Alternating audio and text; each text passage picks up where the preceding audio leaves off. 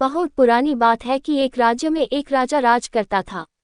उसके 3 बेटे थे। एक का नाम था तीजीन, दूसरे का नाम था कॉर्डनब्ल्यू और तीसरे का नाम था कॉर्डनवर्ट।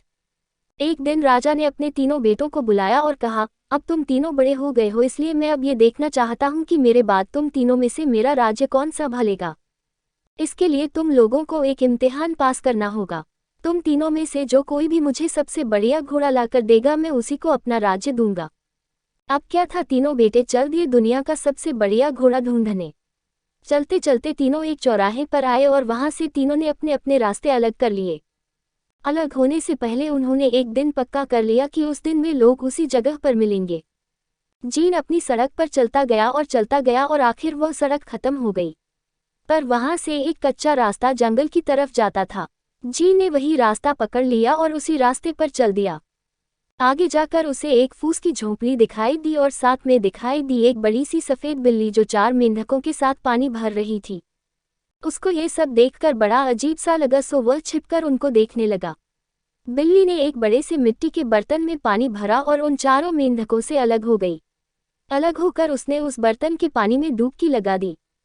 पर ये क्या, पानी में डुबकी लगाते ही वह बिल्ली तो गायब हो गई और उसमें से एक बहुत सुंदर राजकुमारी निकल आई। इतनी सुंदर राजकुमारी तो जीन ने पहले कभी नहीं देखी थी।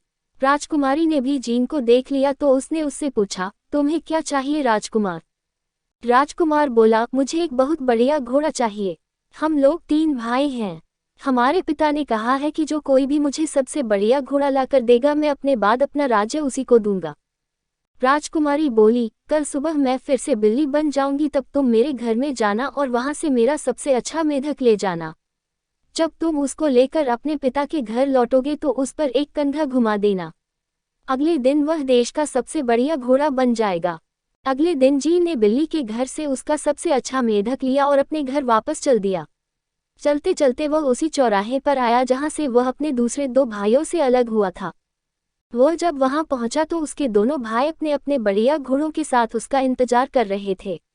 पर जीन के पास तो कोई घोड़ा था नहीं, उसके पास तो था केवल उसका मेढक। जीन के भाइयों ने जब जीन को एक मेढक के साथ आते देखा तो वे बड़ी कठिनाई से अपनी हंसी रोकते हुए बोले, इस तरह पिताजी के सामने मत जाना, नहीं तो मरोगे। पर जीन उन दोनों के पीछे पीछे आता रहा।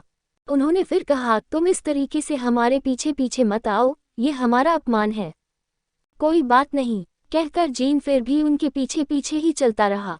घर पहुंचते पहुंचते उनको शाम हो गई, सो उन दोनों भाइयों ने अपने अपने घोड़े अस्तबल में बांध दिए और खुद वे सोने जाने लगे कि तभी जीन ने अपने पिता का कंधा अपने मेढक पर घुमा दिया। उसके भाई बोले, जीन, तुम पिताजी का कंधा तोड़ दोगे। जीन बोला, कोई बात नहीं, मेरे पिताजी दूसरा कंधा खरीद सकते हैं। अगले दिन कॉर्डनब्ल्यू और कॉर्डनवर्ट उठे और अपना अपना घोड़ा लेकर राजा के पास पहुंचे। राजा ने पूछा, और तीजीन कहाँ है? वे बोले, ओह वह, उसके पास तो केवल एक मेढक है पिताजी। राजा बोला, फिर भी मुझे उसे देखना तो चाहिए ही न। इतने में तीजीन भी अपना घोड़ा लेकर वहां आ पहुंचा। उसका मेढक देश का सबसे सुंदर घोड़ा बन चुका था। उसकी गर्दन पर चांदी के बाल थे और पांव में सोने के खुर थे। उसे देखते ही राजा के मुंह से निकला, ओह कितना सुंदर घोड़ा है तीजीन तुम्हारा। तीजीन, तुम जीत गए। राजा फिर बोला, ऐसा है कि राजा बनने के लिए 3 इम्तिहान पास करने पड़ते हैं। तो एक इम्तिहान तो हो गया तुम्हारा, पर अभी 2 इम्तिहान और बाकी हैं। दूसरा इम्तिहान यह है कि जो कोई भी मुझे सबसे अच्छा हाथ का बुना कपड़ा लाकर देगा उसी को मेरा राज्य मिलेगा। और तीनों राजकुमार एक बार फिर से चल दिए दुनिया का सबसे अच्छा हाथ का बुना कपड़ा लाने। पर इस बार पैदल नहीं बल्कि अपने अपने घोड़ों पर सवार होकर। तीनों फिर से उसी चौराहे पर आए और अपने अपने रास्तों पर चल दिए, उसी तरह से एक खास दिन पर मिलने का वायदा करके। तीजीन अपनी फिर उसी झोपड़ी के पास पहुंच गया। वहां वह बिल्ली अभी भी अपने 4 मेंढकों के साथ पानी भर रही थी। जब बिल्ली का वह बड़ा मिट्टी का बर्तन पानी से भर गया तो उसने उस पानी में डुबकी लगाई और उस दिन की तरह से वह बिल्ली एक बार फिर से राजकुमारी बनकर बाहर आ गई। राजकुमारी ने राजकुमार से पूछा, राजकुमार, आज तुम्हें क्या चाहिए? राजकुमार बोला, आज मुझे सबसे बढ़िया हाथ का बुना कपड़ा चाहिए, जैसा मेरे पिता ने पहले कभी न देखा हो।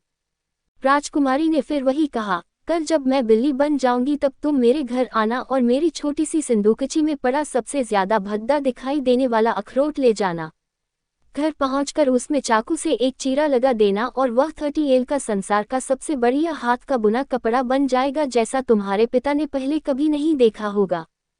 राजकुमार अगले दिन उस बिल्ली के घर गया और उसकी छोटी सी संदूकची में से सबसे ज्यादा भद्दा दिखाई देने वाला अखरोट निकाला और चल दिया। तीनों राजकुमार फिर उसी चौराहे पर मिले और घर की तरफ चल दिए।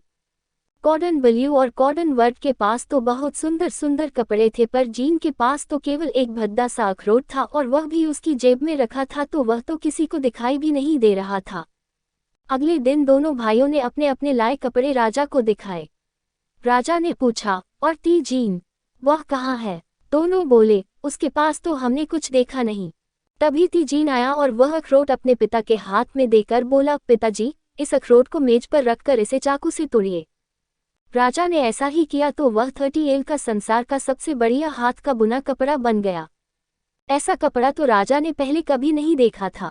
उसके मुंह से निकला, वाह कितना बढ़िया कपड़ा है। इस तरह ती जीन इस बार भी जीत गया।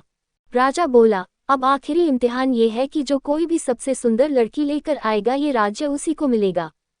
बस तुम लोगों का यह आखिरी इम्तिहान है, इसके बाद अब और कोई इम्तिहान नहीं।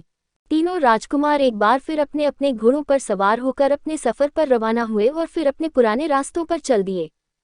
ती जीन फिर से अपनी उसी पुरानी झोंपड़ी के पास पहुंचा। वहां वह सफेद बिल्ली अभी भी अपने 4 मेंढकों के साथ पानी भर रही थी। जब उस बिल्ली का वह बड़ा मिट्टी का बर्तन पानी से भर गया तो उस बिल्ली ने उस पानी में डुबकी लगाई और वह पहले की तरह एक सुंदर राजकुमारी बन गई। अब की बार ती जीन उस राजकुमारी को देखकर एक आह भरकर वही धम से जमीन पर बैठ गया। ये राजकुमारी उसको इससे पहले तो कभी इतनी सुंदर नहीं दिखाई दी थी। राजकुमारी ने फिर राजकुमार को देखा तो आश्चर्य से बोली, राजकुमार, अब तीसरी बार तुम्हें क्या चाहिए? राजकुमार बोला, मेरे पिताजी ने राजा बनने के लिए 3 इम्तिहान रखे थे। 2 इम्तिहानों में तो मैं पास हो गया, अब यह मेरा तीसरा इम्तिहान है। मुझे अब संसार की सबसे सुंदर स्त्री चाहिए। मुझे तो संसार की सबसे सुंदर स्त्री तुम ही लग रही हो। राजकुमारी बोली, अब तो मैं राजकुमारी बन चुकी हूँ, पर अब मैं हमेशा के लिए राजकुमारी तभी बनूंगी जब कोई राजकुमार मुझसे शादी करेगा। ती जीन बोला, ठीक है, मैं करूँगा तुमसे शादी। राजकुमारी फिर बोली, ठीक है, कल सुबह मैं फिर बड़ी सफ़ेद बिल्ली बन जाऊंगी। तुम मेरे 4 मेंढकों को मेरी गाड़ी में जोत देना और फिर हम साथ साथ तुम्हारे राज्य चलेंगे। सुबह राजकुमार ने राजकुमारी को बिल्ली बनते हुए देखा। उसने राजकुमारी के 4 मेंढकों को गाड़ी में जोता, बिल्ली को अपने पास बिठाया और अपने महल की तरफ चल दिया। पहले की तरह से उस तय की हुई जगह पर उसके दोनों भाई उसका इंतजार कर रहे थे। भगवान की कसम, उन दोनों के पास तो बहुत सुंदर सुंदर लड़कियां थीं, पर उन्होंने जब ती जीन की तरफ देखा तो वह एक बिल्ली के साथ 4 मेंढकों से जुटी हुई एक गाड़ी पर बैठा हुआ चला आ रहा था। मन ही मन हंसते हुए वे दोनों भाई अपने महल की तरफ चल दिए। इस बार उन दोनों को पूरा भरोसा था कि अब की बार बाजी वे ही जीतेंगे। अगले दिन दोनों भाई अपनी अपनी लाई हुई लड़कियों के साथ पिता के पास पहुंचे। राजा ने देखा कि उसके दोनों बेटे बहुत ही सुंदर लड़कियां लेकर आए हैं। राजा अपने दोनों बड़े बेटों को देखकर बहुत खुश हुआ, पर हर बार की तरह जब उसने ती जीन को नहीं देखा तो उसके मुंह से निकला, और ती जीन कहाँ है?